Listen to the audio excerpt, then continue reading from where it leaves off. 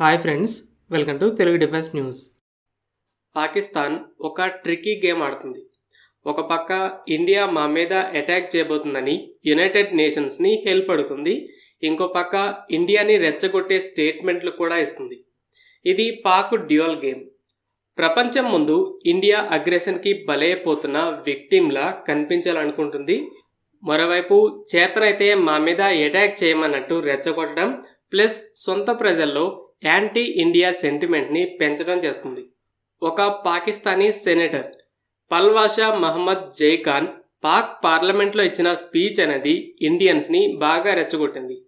ఏమందంటే, అయోధ్యలో మరలా కొత్త బాబ్రీ మసీద్ని కట్టేటప్పుడు పాకిస్తాన్ ఆర్మీనే మొదటి ఇటుకని పెడుతుంది. పాక్ ఆర్మీ చీఫ్ అసీం మునీర్నే అందులో ఫస్ట్ అజాన్ అంటే ప్రేయర్ చేస్తాడంది.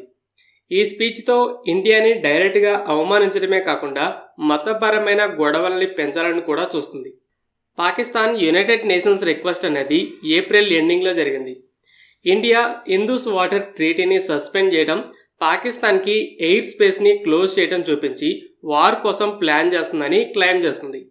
కానీ ఈ స్టెప్స్ అనేవి పహల్గామ్ దాడికి, అలాగే పాక్ ఇండియాకి ఎయిర్ స్పేస్ని బ్యాన్ చేయడానికి ప్రతీకారం.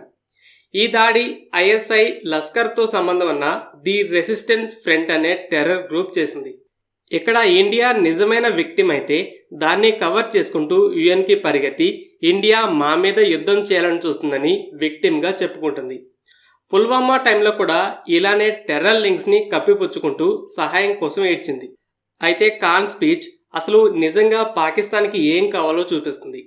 బాబ్రీ మసీద్ అనేది 1992లో కూల్చివేయబడింది.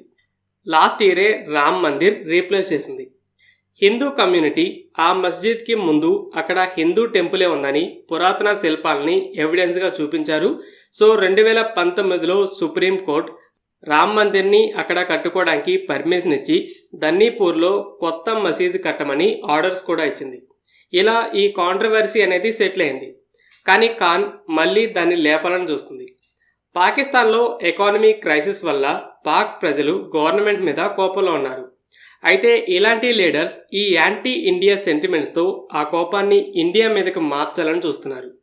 ఇంకో పక్క ఇండియాలో హిందూ ముస్లిమ్స్ మధ్య గొడవలు పెట్టడమే కాదు, సిక్కులని కూడా ఇందులోకి లాగుతుంది. ఖాన్ ఏమందంటే, ఇండియన్ ఆర్మ్డ్ ఫోర్సెస్లో ఉన్న సిక్ సైన్యం పాకిస్తాన్తో ఫైట్ చేయరు. ఎందుకంటే సిక్కిజంని స్థాపించిన గురు నానక్ ఇప్పుడు ఉన్న పాకిస్తాన్లోనే జన్మించాడంది. అలాగే గురుపత్వత్ సింగ్ పన్ను అనే ఒక టెర్రరిస్ట్ని ఒక హీరో అని పిలిచింది.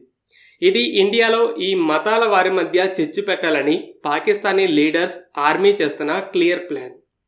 బిలావల్ భుట్టో సింధు నదిలో వాటర్ అయినా పారాలి లేదా ఇండియన్స్ రక్తమైనా పారాలని ఒక స్టేట్మెంట్ ఇచ్చాడని వినే ఉంటారు. ఇతను పాకిస్తాన్ పీపుల్స్ పార్టీ లీడర్. ఈ ఖాన్ కూడా అందులో మెంబరే. మునీర్పై పాక్లో ఎంత వ్యతిరేకత ఉందో అని కూడా వినే ఉంటారు. సో పాకిస్తానీస్ గొర్రెల్లా అతని మరలా సపోర్ట్ చేయాలంటే ఇండియాపై ద్వేషాన్ని పెంచాలి. అందుకే పెహల్గామ్ అటాక్కి కొన్ని రోజుల ముందే యాంటీ హిందూ స్టేట్మెంట్లను ఇచ్చాడు. అయితే ఈ ఇద్దరు కూడా అతనికి వత్తాసు పలికి ఇలాంటి స్టేట్మెంట్లను ఇస్తూ పాక్ ఆర్మీని, మునీర్ని కూడా హీరోలా చూపిస్తున్నారు.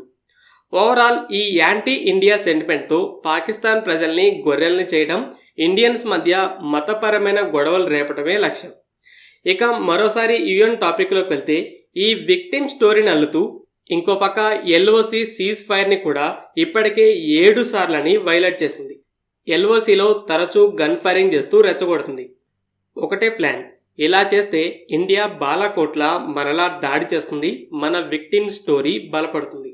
అయితే ఇండియా కూడా ఈ పాకిస్తానీ ఫేక్ విక్టిమ్ స్టోరీకి కౌంటర్ ఇస్తుంది. పాకిస్తాన్కి ఈ దాడికి సంబంధం ఉన్నట్టు ఆధారాలను చూపించి ఆల్రెడీ యుఎన్లో ఎక్స్పోజ్ చేసింది. ముందు ఈ ఫేక్ నెరేటివ్స్ని కౌంటర్ చేసి తర్వాత దాడి చేస్తే యుఎన్లో పాకి సపోర్ట్ అనేది పెద్దగా ఉండదు.